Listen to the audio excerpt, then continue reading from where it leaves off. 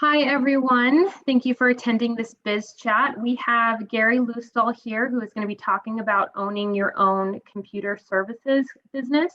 He is going to share with us a little bit of his career background. A few housekeeping items, though, before we get started. You are all going to be muted, and that is just for security purposes, so that Gary and I are the only ones that are on the recording being shown. And we ask so that you do have yourself on the video, so that if there is anything that does happen, we have your recording on our video.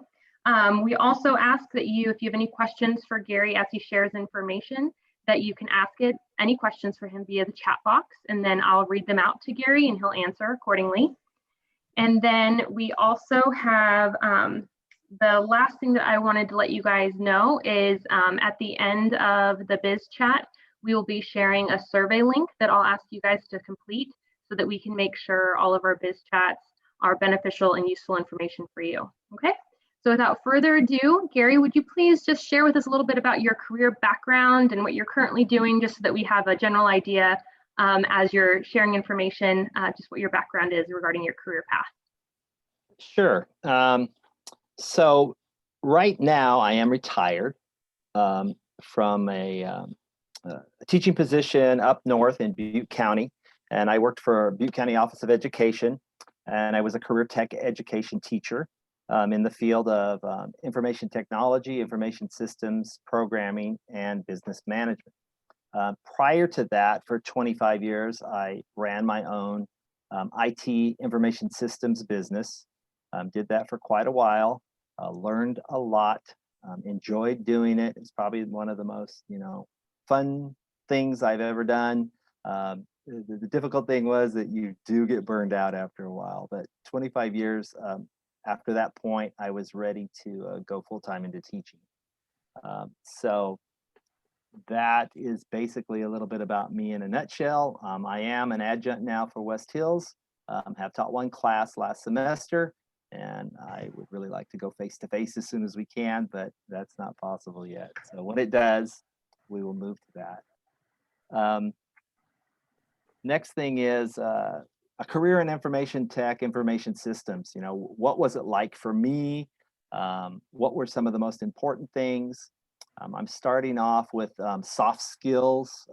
Soft skills were just so important for the success of my business. I had to work at it with my technicians, with my programmers, my technical staff. We really needed to work on soft skills. I found that out right away, that communication was just so important.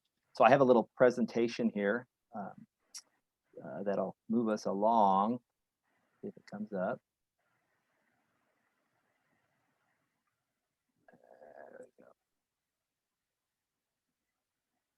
There we go.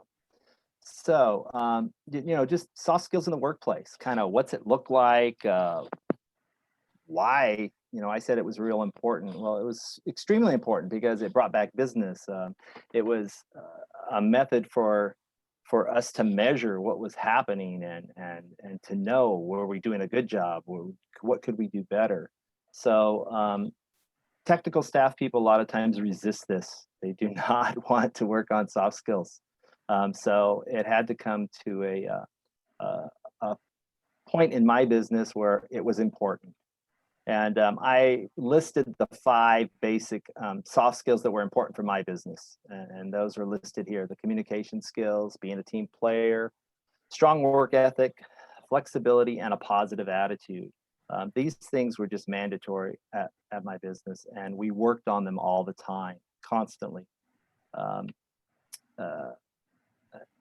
One of the, to me, misconceptions is that soft skills are just inherent. You either have them or you don't. And I just say that is totally false. They are made, they are a tool. You could practice them, and practice makes perfect. So in my business, we were always practicing different ways of communicating, whether it be verbal, whether it be written, audio, all of the different methods that we could possibly come up with in communicating. Written communication was very important. Anytime you worked for a client, something had to be written upon what you did. So very, very important to practice it and get better with it. And then filters, a lot of times we hear what we want to hear. And that was why it's so important to write things down and to be able to have a written copy of what you said, either for your coworkers or also for customers, especially customers, because they want to go back. People only hear a few things of what you say a lot of times, and so having things written down just so important. So one of the things I found right away in my business was that we needed some type of a tool or some type of a method to practice. And I joined a Toastmasters club because I thought, hey, let's, somebody invited me to one, and I joined Toastmasters. And Toastmasters is an international club. I looked, there's one in Hanford where people meet. Usually it's for breakfast or for lunch or for dinner. In Butte County, where I came from, they had one of each, so you could pick where you wanted to go. They even had one at California State University, Chico, for students. And Toastmasters, the goals are written here. Effective sales presentations, assume management roles, building teams, giving and receiving constructive feedback. Very, very important. So what my technicians would be able to do is they'd go to these Toastmaster meetings and they'd be able to practice their presentations with professionals from the community, and they would give them feedback of how they saw you, what they heard you say, and it was very, very, very, very constructive for myself, and I passed it on to my students, and they enjoyed it. They grew from it. We could see growth. And that's what was very important. So I would encourage anybody to find a local Toastmasters or something like this where you can practice speaking to people and get feedback and get honest feedback. Maybe you're not speaking clearly. Maybe you have an annoying habit. You'll calm down. You'll get better at it. So anything like this worked for my company. I had different technical staff going to these meetings and also practicing. The next very important part is being a team player. Everybody has to be on the same team. That's one thing you'd hear me say all the time to staff. So we're on the same team. We're on the same team here. And when people are on the same team, it looks like this picture. They're happy, they're getting along, and they want to make whatever you're doing work. So being on the same team, key thing. Another saying I had was know the goal and know your role. That would go a long way in making sure that we did a good job. And we would do, some of our jobs were very small, like maybe dealing with setting up a 5-user system, or maybe 350 users.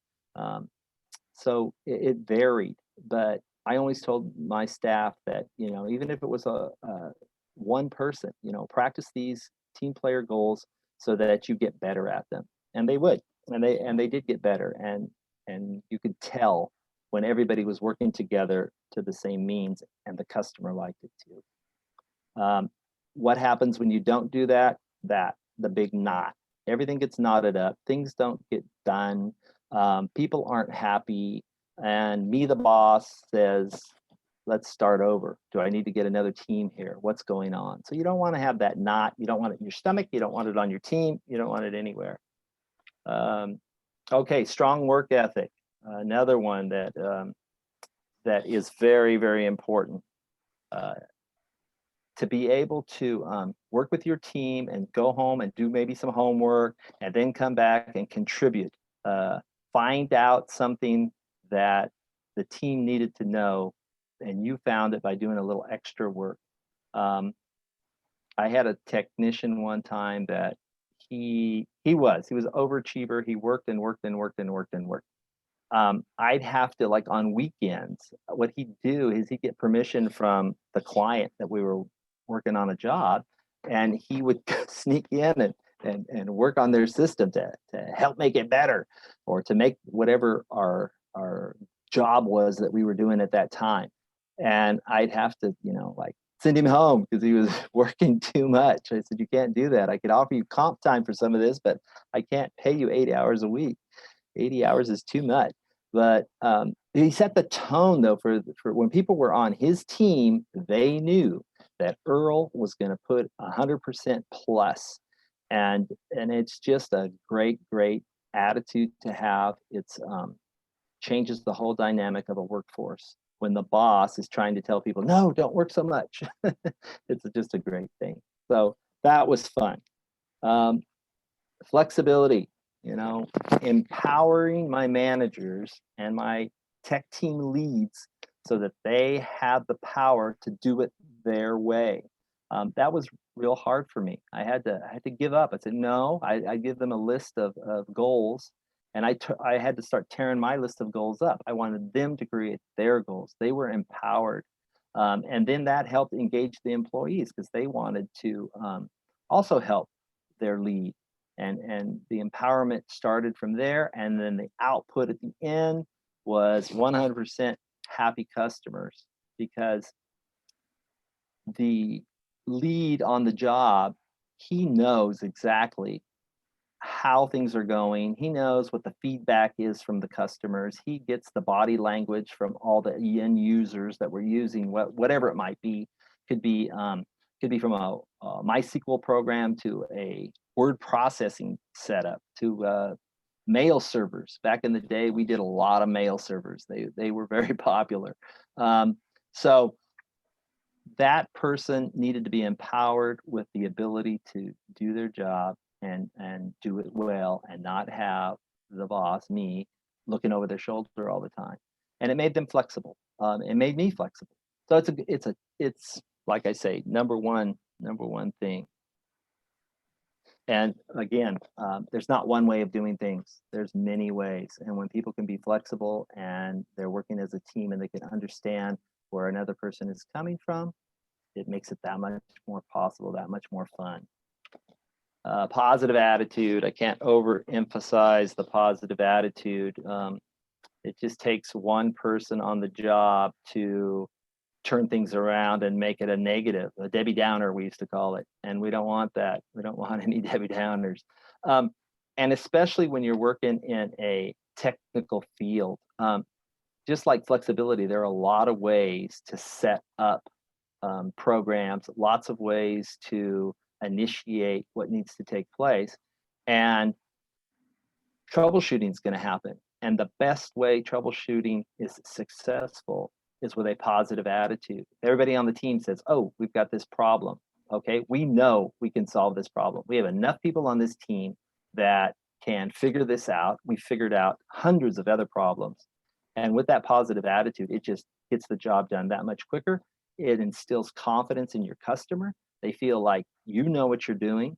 And when they feel like you know what you're doing, you have a situation where you can get things done and get the customer back for the next job that needs to be done. So those are the very key soft skills that are important, I felt, in my business. And they also helped us to keep gaining new customers and better customers, and made the business very successful, gave people raises and smiles on their faces. And that was always a good thing.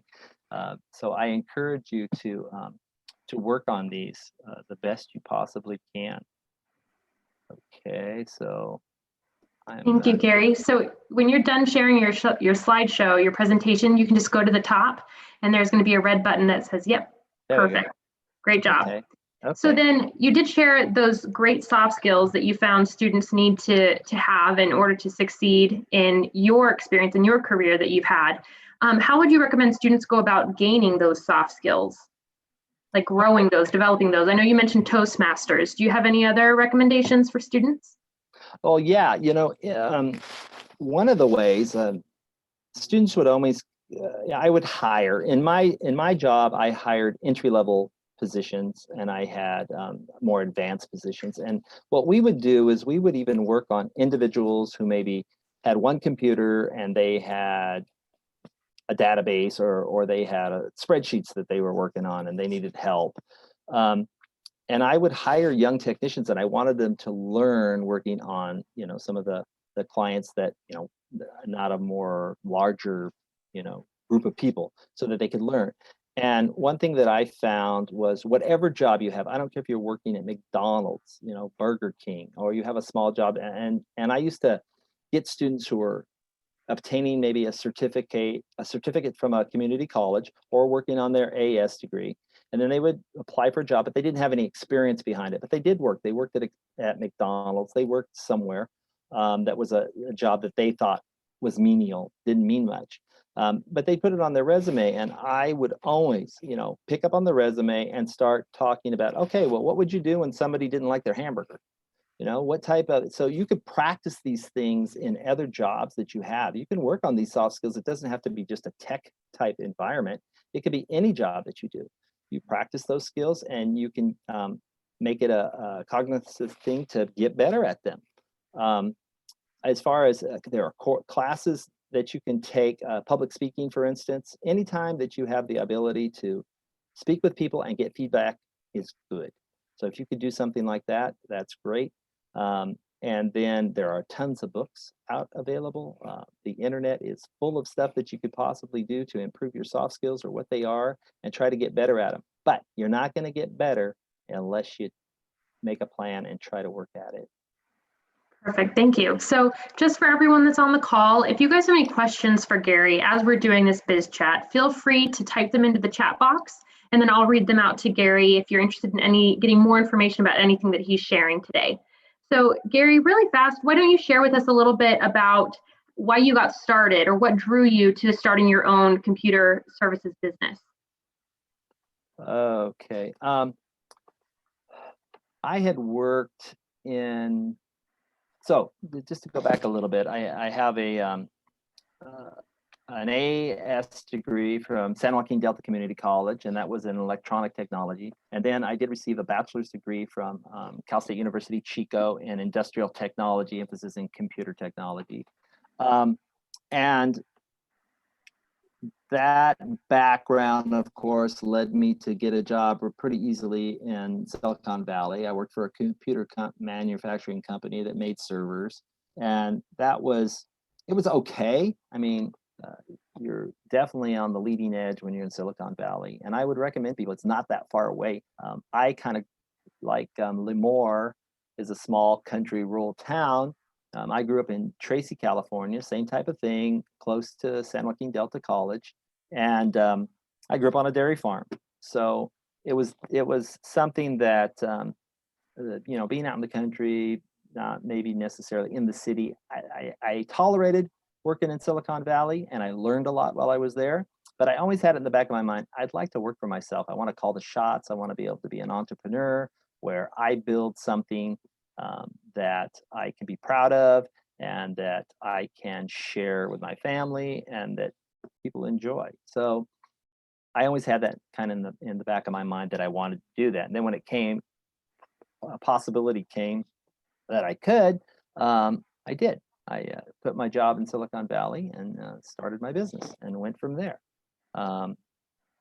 So that's how I basically got into the industry, was that I had a drive for it and I wanted to do it. And I found out that when I got into it, I needed to get better at it. And one of the problems I had was I had strong technical skills, but I didn't have a lot of accounting type skills. And so I had to take a few courses and bring myself back up. When you take a accounting class, we have accounting classes and different classes that you take during either a AS degree or a bachelor's degree. And it's different when you're put into the field with it than from studying it from a classroom. You just don't get the real feel. And so it's okay to go back and take a review course and do that. So had to do some of that to get back into what I needed to know about running a business. Sounds good, thank you. So then what were some of your general responsibilities as the owner of computer services? Okay, well, generally I was in charge of hiring and training my staff. And the other thing that I was in charge of was bidding jobs. Jobs would come up and I would put the bid out. I'd compete against other companies to to a certain job specific bid that was put out, and I had to do homework and research and take care of that. And that also, I was building my customer base and my customer relations so that my business could continue.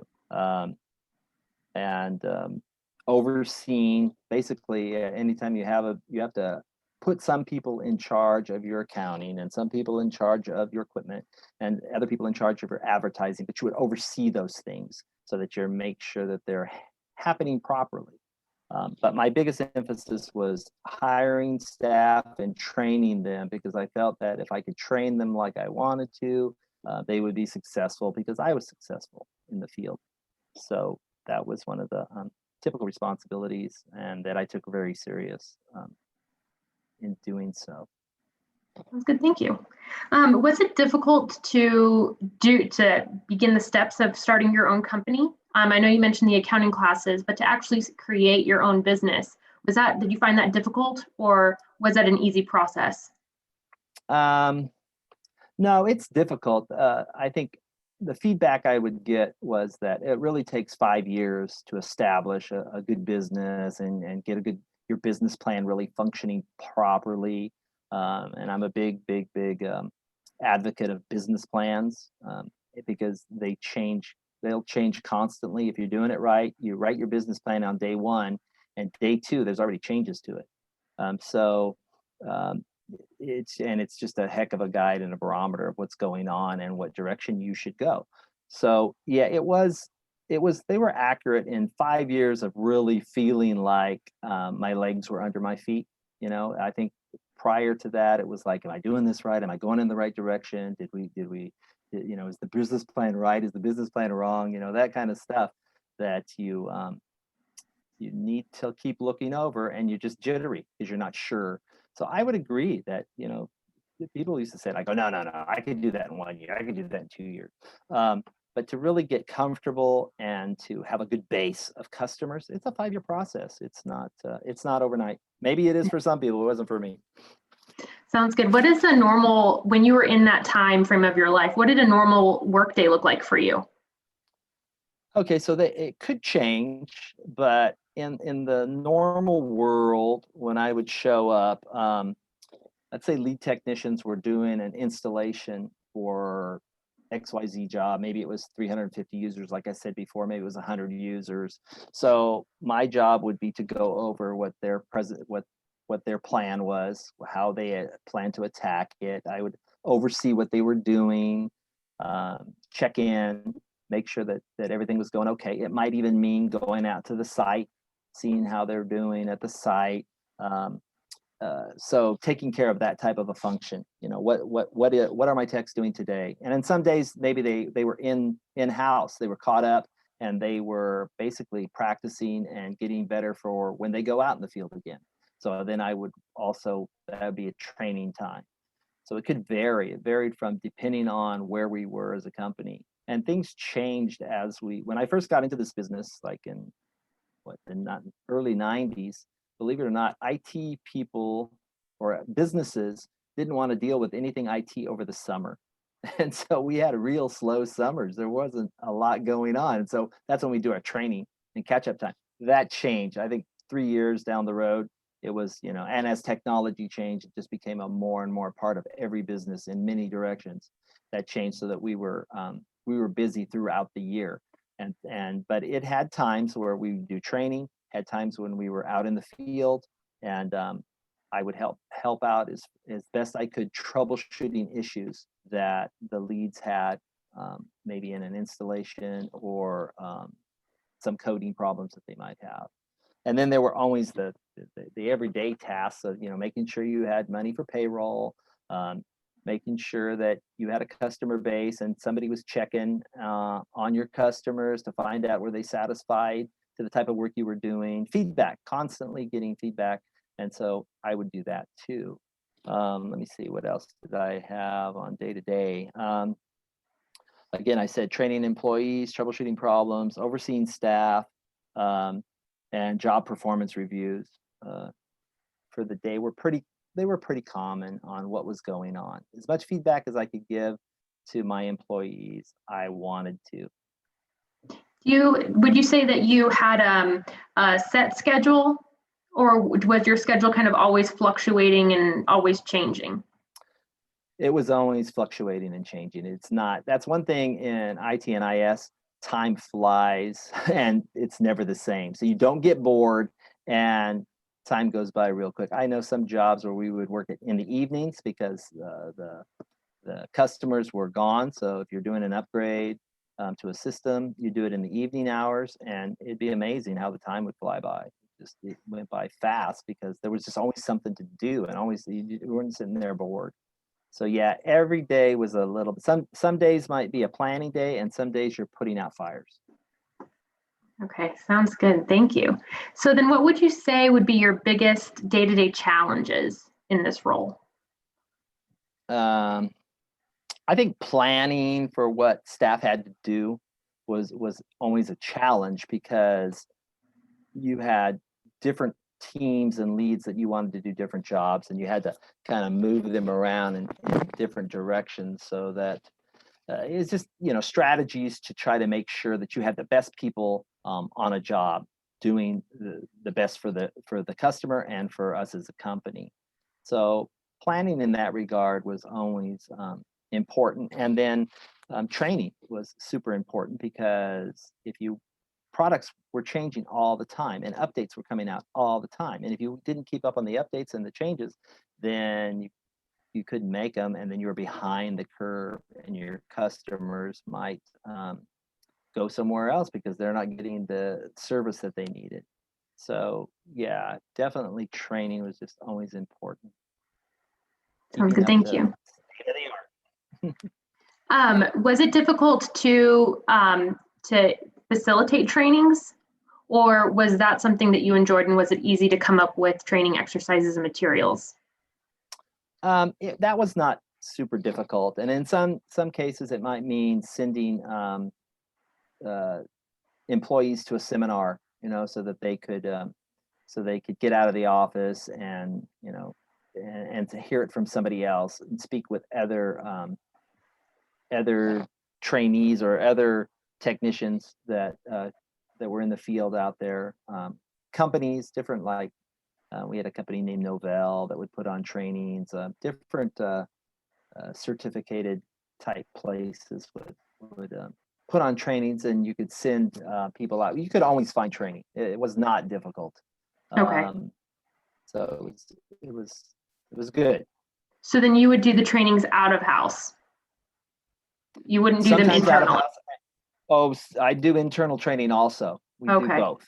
Yeah, we would do both. There were internal training where the type of office we had was a big open area with everybody with a side little cubicle, and you could meet in the middle. And we were constantly meeting in the middle for some type of training of something, some sort, you know. And then different people would take turns leading that.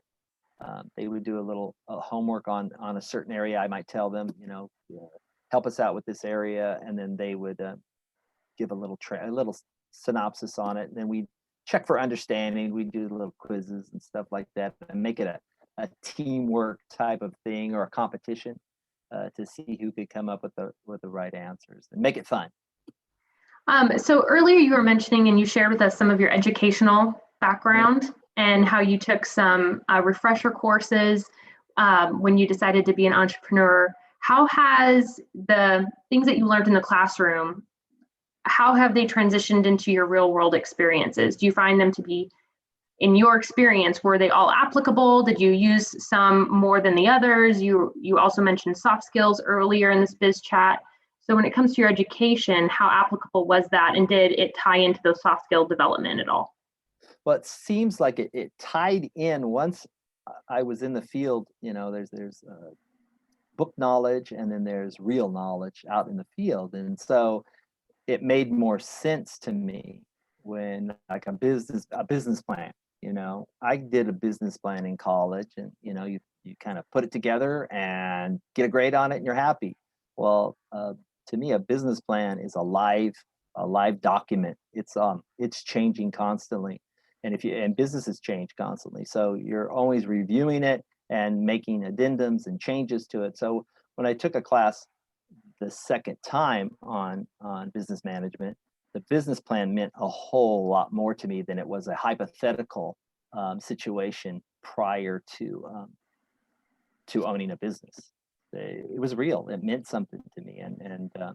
And businesses out there, you can see businesses today that like Netflix, their business plan is changing. They started off, I would get a DVD in the mail from them. Now they're producing shows. And that's a change from when they first started. That's a change in their business plan.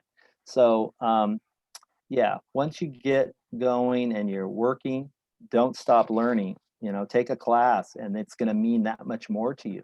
And just because you take one accounting class, you're not an expert on accounting. Once you have a business, you have to pay taxes. Then you're wanting to know more about accounting and what you can do better with it. So it's an ongoing process. It was for me. Had to keep learning, and it meant more to me when I had my business. Sounds good. Thank you. So then what are some things that you really enjoyed and that you liked when it came to being an entrepreneur and working in IT? I really enjoyed winning bids, when the competition of putting together a system for a client. My first large bid, 350 users. It was a municipality, and I was competing against IBM. And I was like, oh my gosh, big blue, how am I going to do this? And I was nervous and scared. And we won the bid. We put our brains together. We came up with a sales pitch that the clients liked, they were happy with, and ended up a 10-year long relationship with that client. So that was fun. And anytime the bidding process and how to put things together and how to get your staff involved so that you could provide the best option for the price for a client. That was fun. It was a rush. It was a rush, and I enjoyed that a lot. It was very much very, very fun. And to see my technicians and leads grow. One of the philosophies I had was, because we were in a smaller town, that I encouraged people, apply for other jobs, job growth, because you could only go so high with me. And it had a tone at our business that if you plateau out, well, maybe there's something else out there. I had employees that ended up working for some of my customers, and we had a positive relationship. And then when they were hired by some of my customers, we have even more of a positive relationship with that company. So again, like my soft skills, positive attitude, I tried to keep that in my business too. And to see people succeed and get better at what they were doing and to improve, I loved it. So those are my kind of my highlights of running the business, and made it fun. 25 years flew by. It's a fun thing. Sounds great. Thank you. This wasn't on one of my questions for you, but since you mentioned bidding, what are some necessary items that are expected when you submit a bid? You mean as far as, well, there's always like bidder qualifications. Sometimes you might have to have been a Microsoft certified technician, or a technician or office. So there was always bid specs depending on what type of bid is available for the public. But yeah, bid specs were different for all different kinds of jobs. So in some cases, maybe you qualified, in some cases you didn't. Or if you found that a lot of bids were coming up and you weren't qualified, then you'd have to get some certified technicians in that area or programmers in that area to be certified to bid the job. Is that kind of what you meant? Yeah, and also just another question on bidding. How do you find out about when a company is looking for bidding opportunities? Like, is there, I would imagine, if you're looking for employment, you go to like Indeed, Glassdoor, on campus we have Job Speaker. Where do you go when you're a company and you do bidding as a way to get jobs? Oh, there are companies that provide bid lists, and you get a list of all like municipalities that are bidding on things, and I can't remember the names now, but you could easily Google it and find bid lists of areas that you're in, and they pop up because the bidders want as many people possible to bid, because that usually creates competition and lowers the price. So they want good qualified people to be bidding on their products, and they get the word out, and there's companies that'll provide that information for you. Perfect, thank you. And then on those bid lists, then I would assume that's where the qualifications or specifications that they're asking for would be listed. Yeah, they'll list out. You'll get a packet from them, and the packet will come out, and then you can read through it, and you'll find out what's on that list. And a lot of them, like let's say municipalities, different cities, they're a lot the same. So you could start saying, hey, we need to get this certification, or we need to be authorized through whoever the vendor is or something like that. So you would start to see that and get on those lists, or get that information to your leads so that they were prepared. Sounds good. Thank you. Sorry, I was throwing that at you, but I was just No, curious that's as easy. you mentioned it. That's a good question. Very good question. So my next question then for you is, what did you dislike about being an entrepreneur and working in IT? I think sometimes there just wasn't a good match with whether it be an employee or a customer, and sometimes you just had to move on and go in a direction. You can't please everybody 100%. You can try, but you find out, what, their needs and my needs are different. But to find that, because when you have a positive attitude, you want to be able to solve all issues. But then you have to look back and say, wait a minute, maybe this just isn't a good match or a good fit. So you have to say no. And so that was always hard. It was the hardest thing to do, when do you say that? And sometimes with an employee too. I mentioned earlier that I would hire entry and training entry-level employees, and I would give them entry-level jobs, but I wanted to see growth. If they didn't have growth, then I had to let them go, and that was hard too. It's nowadays, in the last 5-7 years, and I have friends that are still, in business or work for companies that do hiring, and the interview process it's not uncommon to have 3 interviews with a whole variety of different types of people working for that company. It's not just, they're not going to have one interview and say, okay, good, ready to go. They're really trying to evaluate, are you a team member? Will you fit with this group? And my advice is, be yourself, because you don't know what their fit is. And if you try to adapt and change to what you think it is, that's going to take away from who you are. So it's important to be yourself and to develop these skills and let people know what your skills are.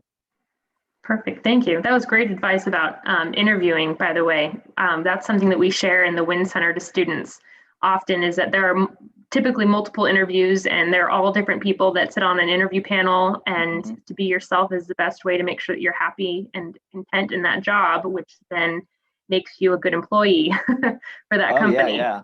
And bring your resume to interviews. Sometimes HR loses them, they don't have them, and you don't.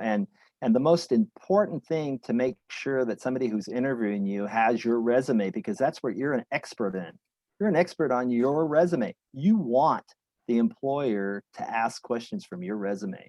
And I always encourage students, take resumes with you. Take 5 of them with you, because if you're being interviewed and that particular person, because there's so many of them, doesn't have a copy of your resume, give it to them. Say, here's a copy of my resume. And there are 9 out of 10 times they're going to ask you a question from that resume, which inside and out.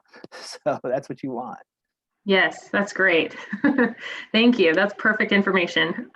Just so everyone knows on the call, I have about 2 more questions for Gary. So if you have any questions for him, now is the time to put them in the chat. So Gary, my next question for you is, what advice would you give to students who are interested in owning their own IT or information systems company? Yeah, that's a good question, because again, like I said, the industry is always changing, and there are, each day it's a little different. But it's very important to ask questions of people who are running a business now, or who are working in that field now. Ask them, if you could ask them, how their business runs or what the models are, and find out from from Google. You can Google questions. It's okay to Google a question and see what comes back about, IT jobs. How many are there? What is the most current trend? What types of work are customers requiring from IT and information services people? Ask questions is definitely one of the top things, and keep asking them. Because you want to find out what maybe niche area you're going to be in, because it's a broad field. It's super, super broad. I found out I hired 2 printer technicians one time.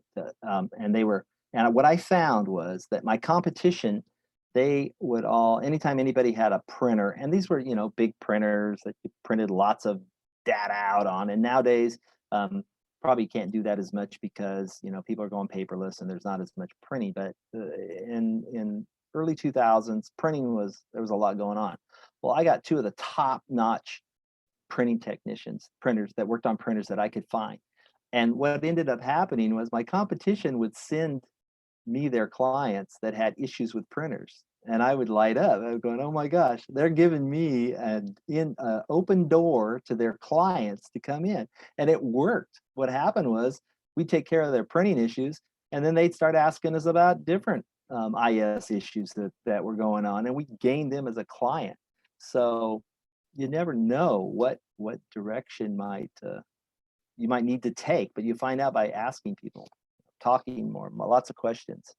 Talk to any type of business owners. How are they running their business? Again, from your community college, a business management class, an entrepreneur class. Those are great things to take. They don't take up a whole lot of time to take one of those classes, and you get a lot of feedback as to what other people are doing and what the latest trends are. So that's always good. And then research, if you like working with databases, research and find out how many people are needing database work. There's information out there that'll give you feedback of what they need. So do some research on what you like to do. It's always one of the best things is if you're happy, you're going to be able to give your customers a lot of satisfaction, and they're going to continue with you. So do that research, find out. And then, need to write a business plan. Even though you start off and you're not sure how you're going to do it, and people like to put that off on the back burner, but that business plan is real important. It might be after the first month of business, it's completely changed, and that's good, because things do change, and you might find out that you're going in a different direction, but you need somewhere to start. And if you don't have a business plan, you're just out there kind of spinning like a top. What direction are you going? Wherever the top takes you. So a business plan helps you at least start in a direction, and you could shift. But I always say, get some information about the business plan, get somebody to help you with a business plan. And that's advice that I would give. Sounds good. Thank you. So my last question for you, and it's not one that we had specified earlier, but okay. You mentioned Toastmasters. Can you share with me a little bit about how you got started in that organization? Did you have to apply? Was it just something that you went and attended a meeting? How would a student get involved in Toastmasters? Yeah, that's a good question. Somebody invited me to a meeting. They said, hey, another thing that I was always involved in is business networking. Like there's different networking business teams that meet at lunch or dinner or whatever they do, and it's people in your community that are businessmen and want to network. They want to real estate or banking or IT services, and all of us that owned businesses would meet for lunch, and then we would talk. So somebody from one of those meetings invited me to a Toastmasters meeting, said, hey, why don't you come to one of these meetings? You could see what it's about. And that's one thing about Toastmasters. It's free to come and look. Back when I was running my business, once you joined, it was like $15, I think, a month or a quarter. It wasn't very much. And you'd have to maybe pay for your breakfast if you had breakfast, or if you didn't want to eat, you didn't have to. They usually would meet at a restaurant or some place where there was food, but not all of them. So I went to a meeting as a guest, and found out that from other people presenting, usually at a Toastmasters meeting, 3 people present that day, and then they're critiqued on what their presentation is. And it might be a real estate agent practicing on a presentation that they're going to do for a customer so that they could win the contract to sell their house. And so they would practice what they were going to say, and then they get feedback from what I said. Hey, this is kind of cool. I could some of my presentations to businesses, I could practice them and get feedback. And so that's how I was able to get into it. And then I think I even ended up being president after a while. But our whole Toastmasters club was really about people growing and learning, and they were professionals that had either were retired or were still in the field of whatever their field was, and they were extremely emphasizing that growth for people to get better at your skill, to get better at what you do. And in speaking, public speaking, that was a method of getting better. So I like that. And that's how I got involved. And they're everywhere. I don't know if it's sometimes it's not as popular. Some college campuses have Toastmasters just for the students to get better and practice. And it's like, sometimes I'd get critiqued and somebody'd really, say, wait a minute here, your preparation wasn't that great. You didn't seem to make sense over here. And you go, oh, you can't fool them, which was good. And you didn't have to it wasn't an F in the class. It was just after you left, you said, okay, growth, let's go. And it was good. So I enjoyed it. Sounds good. Thank you. For those of you that are attending, while he was sharing on his experience with Toastmasters, I went and got the Hanford Toastmasters website. So I have it posted here for you in the chat. If Toastmasters is something that you're interested in, the website here is for the Hanford Toastmasters that he was referring to. Also, Gary, would you be interested in being a mentor for students who are interested in going either into entrepreneurship or working in the IT field? Oh, yeah. I would love to share or help in any way I could for anybody who wants to do that. Perfect. How would you prefer them to reach out to you if they're interested in finding you as a mentor? The best thing would be to I got distracted. A hummingbird came right up to my window here and was looking at me. I think he wanted to find out about how he could be a mentor. Anyway, the best thing is my email, and to just put in the subject area mentor. So can you give that out, or do we? Yep. Mm-hmm. Okay. So I have that here for everyone in the chat. If anyone is interested in sending him an email on mentorship, it's right there in the chat for you. And that really sums up all of my questions then for you, Gary. If anyone does have any last minute questions, feel free to ask them in the chat box. I do have a survey link I mentioned at the beginning that we have a student survey for you guys on the call to just get feedback from you on the event today, if you found the information helpful. If you also can fill out the survey and share with us any ideas you might for a future BizChat. If you want to hear from another industry partner or a different career field, we can find that guest speaker for you for a future BizChat in the spring. Thank you so much, Gary, for being with us today and just taking the time to share with us a little bit about your career path. We really appreciate it. And thank you everyone for attending. So that's it. So thank you. Okay, thanks. Bye.